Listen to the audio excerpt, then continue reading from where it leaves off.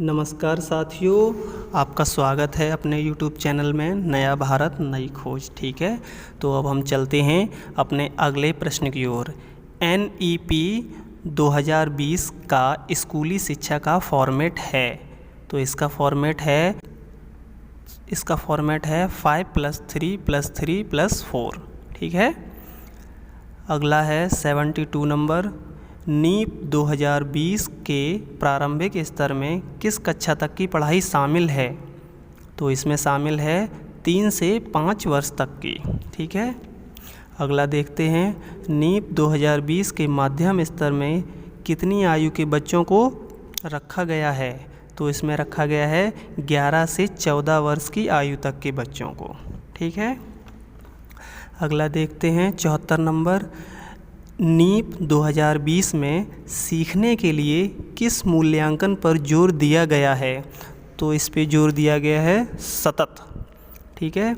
अगला देखते हैं, ECCE में शिक्षा विधि का दायित्व किसका होगा? एक ये मंत्रालय है ECCE, इसमें शिक्षा विधि का दायित्व होगा मानव संसाधन विकास मंत्रालय का। ठीक है। अगला है, ECCE के मूलभूत स्तर की पढ़ाई कितने वर्ष की है? तो ये है 5 वर्ष की। ठीक है।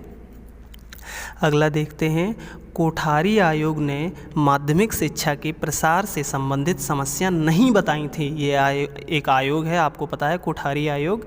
ठीक है। तो इसने समस्या नहीं बताई थी।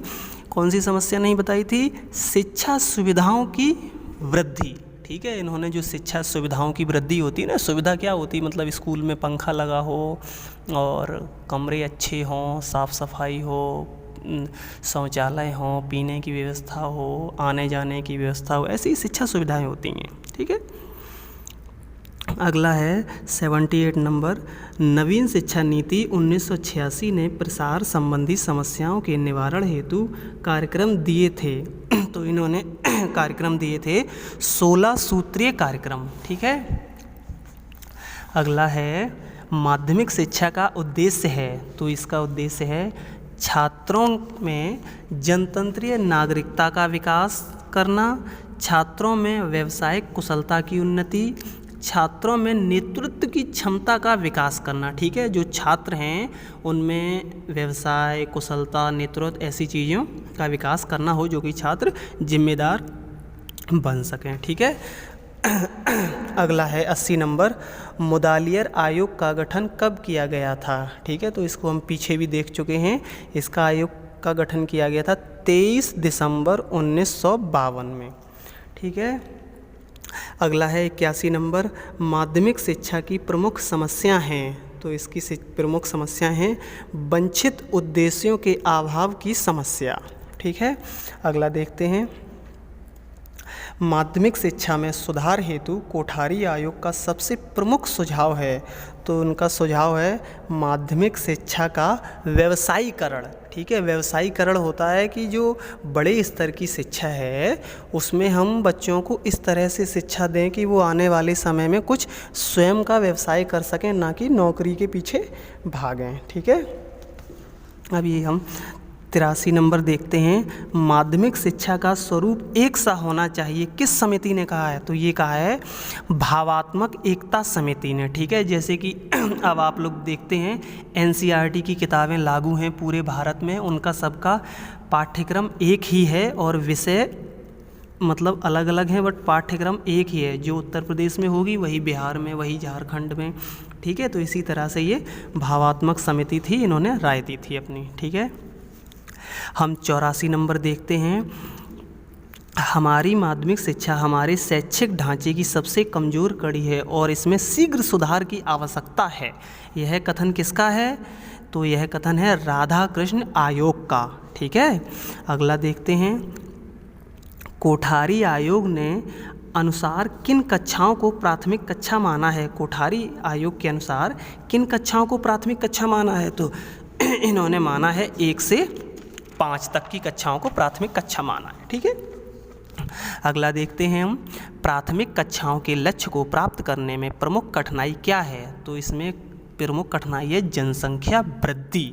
अपने भारत की जो सबसे बड़ी और प्रमुख समस्या है जनसंख्या वृद्धि, क्योंकि जनसंख्या बढ़ती जा रही है और उन समस्याओं का समाधान नहीं हो रहा है। जनसंख्या बढ़ती जा रही है और बढ़ती हुई जनसंख्या अनेक समस्याओं को लाती है। ठीक है, जैसा आप लोग सभी लोग जानते हैं, अगर घर में ज़्यादा सदस्य होंगे तो खाने पीने सुख सुविधाओं में कोई वंचित रहेगा, किसी को मिलेगी, तो ऐसे ऊंच नीच चलता रहता है। ठीक है, अगला देखते हैं, जिला स्तर पर प्राथमिक शिक्षा किस अधिकारी के नियंत्रण में होती है। ठीक है, बहुत अच्छा क्वेश्चन है ये।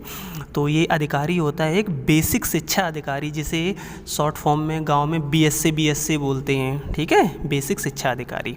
अगला है 88 नंबर, भारत में प्राथमिक शिक्षा का जनक था।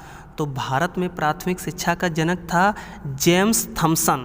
ठीक है, ये नाम जेम्स थॉमसन दिया है, मगर मेरे हिसाब से तो हमारे इतने महर्षि मुनि हुए, स्वामी विवेकानंद, राधा कृष्ण, और इन लोगों ने प्राथमिक शिक्षा का जनक होना चाहिए, बल्कि ये तो कोई अंग्रेजी सा नाम है।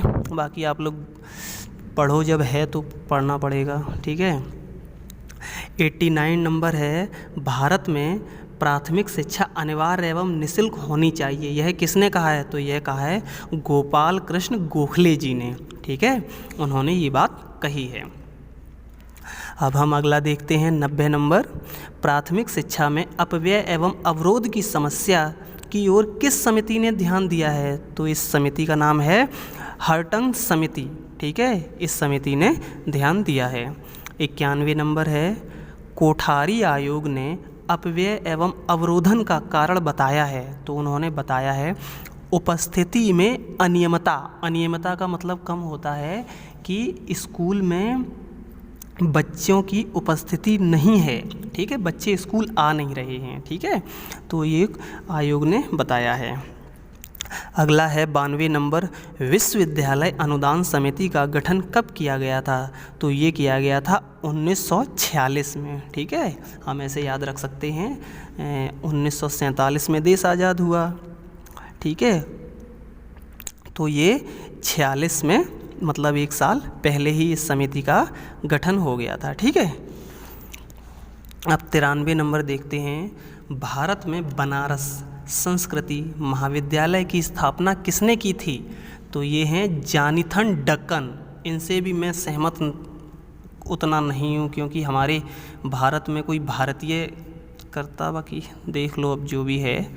जॉनथन डक्कन, क्वेश्चन तो सही है, आंसर भी इसका सही है और यही याद रखना है। ठीक है, इन्होंने ही की थी। 94 नंबर है, 1936-37 में हमारे देश में कितने विश्वविद्यालय थे? ठीक है, तो हमारे देश में विश्वविद्यालय नहीं, महाविद्यालय थे 366। ठीक है, 95 नंबर है, एक संस्था है UGC ने केंद्रीय विश्वविद्यालयों की भारत में जनसंख्या बताई है। तो ये बताई है 54। ठीक है, अगला देखते हैं, UGC ने राजकीय विश्वविद्यालय की वर्तमान समय में संख्या बताई है, अभी प्रेजेंट टाइम में, बिल्कुल ये आप समझ लो 2022 में। ठीक है, तो ये बताई है 425। ठीक है, 425 बताई है ये। ठीक है, कभी कभी बोलने में मिस्टेक हो जाती है, आप लोग समझदार हैं, समझ जाते हैं, क्योंकि आंसर टाइप सही हुआ है। ठीक है, बाकी हम बाद में भी उसको क्लियर कर दे, 425 है ये। ठीक है, और ये 97 नंबर देखते हैं हम, UGC ने निजी विश्वविद्यालयों की जनसंख्या बताई है। जो निजी विश्वविद्यालय हैं उनकी जनसंख्या बताई है 380। ठीक है, अब ये 98 नंबर देख लेते हैं, इसमें टोटल आ जाएंगे। ठीक है, UGC की रिपोर्ट। ठीक है, तो UGC की रिपोर्ट है, इसमें है विश्वविद्यालयों की संख्या है। ठीक है, तो केंद्र के हैं 54, राज्य के हैं 425 और निजी हैं 380।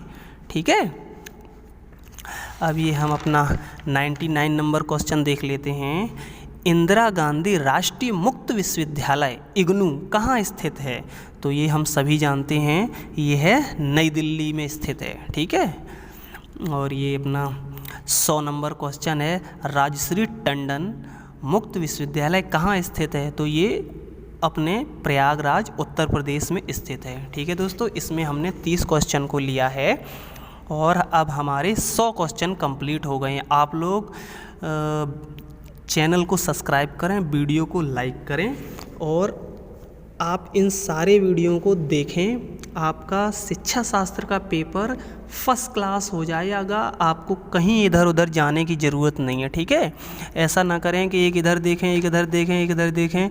कहते हैं कि छोटे छोटे 10-20 गड्ढे खोदने की बजाय एक जगह पे ही गड्ढा खोदते रहो तो पानी निकल आएगा, ठीक है। तो उसी तरह से आप इधर उधर भटके ना, एक जगह सही दिशा में चलते रहें और आप वहीं पास हो जाएंगे, ठीक है। तो सभी लोगों को नमस्कार।